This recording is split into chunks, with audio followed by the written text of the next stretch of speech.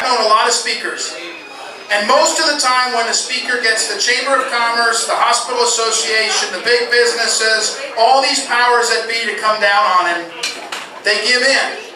It's happened in other states, it's happened all across the country, and in Missouri, Tim Jones very early sent a signal that he understood what Missourians believed about stopping Obamacare, and he wasn't going to yield, not to the big money, not to the big insiders, not to the big Republicans. Nobody could change his mind, and he really led our legislature to hold the line. It's a huge victory for us. It's a huge moment. Our Speaker, Tim Jones.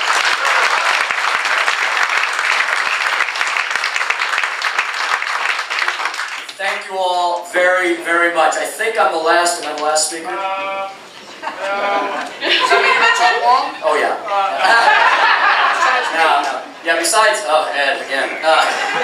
So I'm the only one standing between you and another piece of pork, so thanks. Yeah, why are you serving pork? I don't. No, thanks to the pork producers, it was great. So good to see so many familiar faces from across the entire state of Missouri. Thank you. I know many of you traveled long distances to come up here today. And I think it shows that, after the last November election, and Blaine alluded to this, we all weren't feeling that great about things. We're happy about our state level victories, and I have to thank you for that. Thank you for delivering to me, as your speaker this year, the first ever veto-proof majority.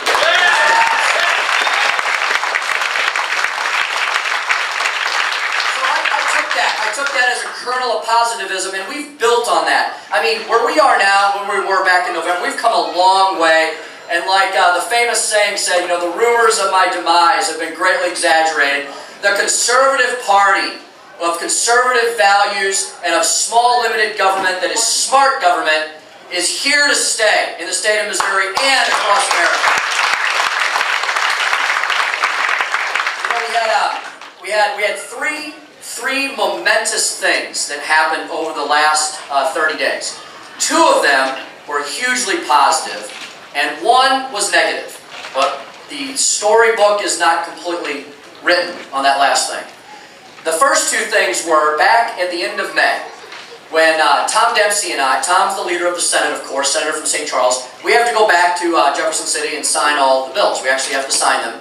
Then the governor gets to sign them. He thinks he makes all these laws, all the hard work that your representative senators do. Because he always goes around the state, flies that new fancy plane.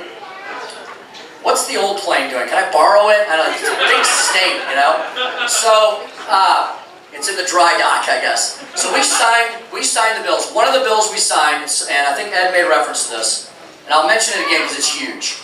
The first ever reduction in every Missourian's tax burden in nearly a century we sent to the governor. Because Missourians said, and Jay Nixon said this before he was elected when he was campaigning, we should have smaller government, more efficient government. We should have lower taxes. We should have smart government spending. And if we have increasing revenues, which folks we do, the media never wants to tell you the bright spots. It's only hammer on the bad news. We have over $500 million more in state revenue than we did this time last year, and unemployment is at the lowest rate in our state right now than it has been in nearly 5 years. That's because of Missouri Republican policies. So we sent the first reduction in everybody's tax burden, not just big business, not just the quote-unquote wealthy. Everyone would have gotten a tax cut if Governor Nixon had signed this into law. Because what do you do when you have increased revenues? You can do one of two things. You can blow up the state budget even bigger, you can increase and expand programs, or you can return some of that money to you all so you can invest it in your farms and families because you know better. So we did that. Governor Nixon vetoed the bill. That was the second momentous thing. The legislature, the story's not written on that. As Ed said, the legislature will have the final say on that at veto session in September. We're going to do all we can to return government money back to you from whence it came. And the third big thing that happened, and I'll go back in time a little bit, So within 18 hours of this event happening, Governor Nixon vetoed that tax cut. 18 hours previous to that, 30 Missouri counties went to the polls and elected Jason Smith to be the next congressman from the state of Missouri. We're so proud to serve with Jason. We were like the three amigos. Shane Scholler, Jason Smith, and I came into the House at the same time, nearly 8 years ago. And Shane's the executive director of our party. Jason is now a congressman. I'm proud to serve as your speaker. I'll get a job when I grow up someday, I'll do that. But I couldn't be more proud of my friends and the hard work they're doing for all of you. But it's important to note that back in June 4th, 30 Missouri counties, over a quarter of the state, went to the polls, and 28 of those 30 counties overwhelmingly voted for a guy who said what? I want to repeal Obamacare. I want to return tax money to Missourians. I want to protect the way that we farm here in our state. I want to reduce entitlement spending. That's what Missourians want. They did not want Jay Nixon to veto a tax cut. And so I think I know where Missourians stand. I was up in D.C. a couple weeks ago, a little bit of business, a little bit of family vacation, and I walked into the Senate, the Russell office building. I was looking for Roy's office, and boy, if you think the Capitol's big, go up and wander around D.C. for a while. And like Peter Kinder said, one of the most depressing things you see are a couple things. An IRS building that takes up about 4 city blocks, and an EPA building that takes up about the same. We could get rid of both of those institutions tomorrow, and America would be better off.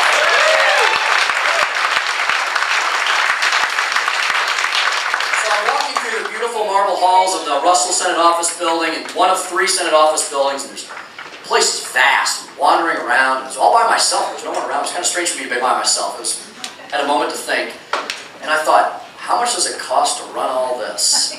This is one government building. And I said that to Roy. I said, Senator, boy, don't you ever get depressed up here? I mean, you can't get anything done, and we're spending billions of dollars to get nothing done. He said, Tim, with the governing party we have, we don't want the agenda they're pushing. I'm happy we're doing nothing right now in D.C. And he said, if I was in the majority party, I'd be hysterical. So, we're doing fine. What we need to do is what everyone else is saying. Let's start taking back executive level leadership in Missouri and in America in 2014 and 2016. We have to.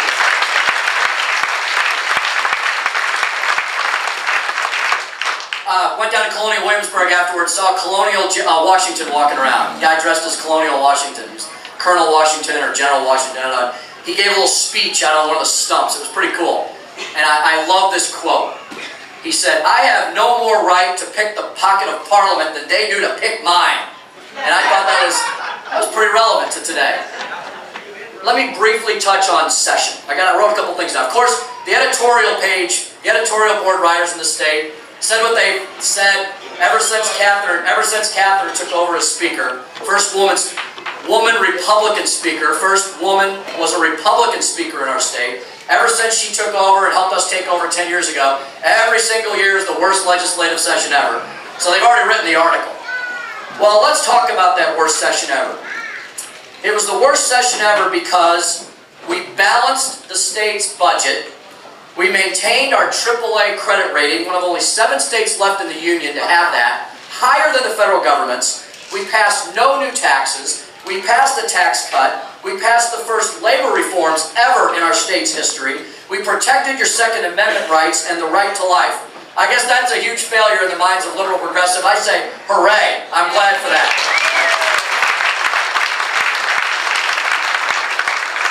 What are we going to do in the interim? Governor Kinder mentioned it. We're going to continue to protect your right to privacy. The Speaker's Committee on the Bipartisan Protection Committee of Privacy Protection is going to go hard after the Department of Revenue. The media lost interest in the story, but the work of Senator Schaefer, all the good senators, all the good reps on this. Stanley Cox, right up the road in Pettis County, is chairing that. Former prosecutor like me who understands the rule of law is tantamount, and it's being violated at extreme levels in our country right now. Whether it's Obama's IRS or Governor Nixon's DOR, your rights are being trampled on. We're going to restore faith in government here this summer in Missouri. And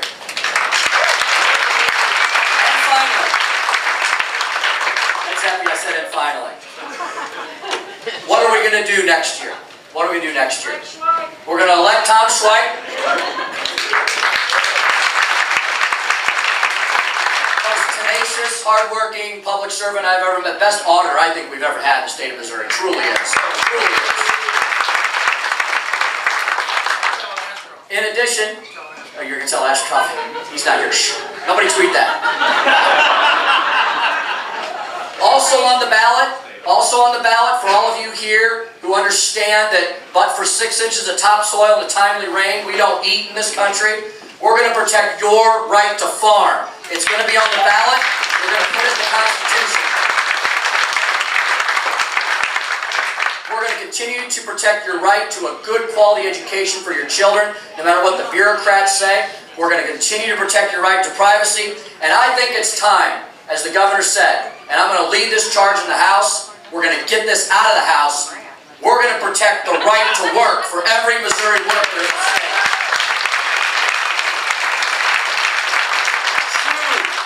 True worker freedom. Workers should have the right to decide what they want their money spent on and whether they should have to be forced to join an organization or not. They should have that choice, not the big labor thugs.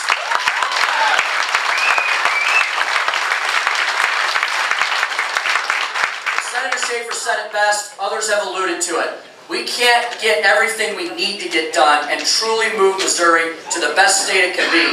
A low tax, high growth, worker freedom state with an excellent education system and a good promise, a bright promise for tomorrow. We're about to bust through because of all the good people you put in charge who have talked to you here today. But once Nixon finishes up, thank God he's done, along with Obama, in a couple years, we'll have had 20 years of Democratic governors out of the last 24.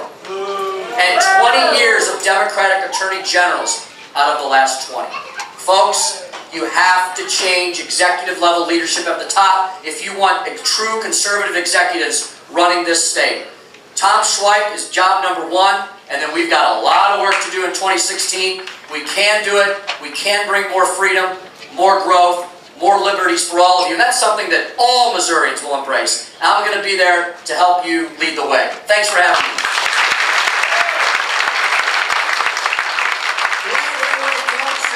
Sit down. We got 90 seconds left. Thank you to everybody again. I want a couple of announcements. If you're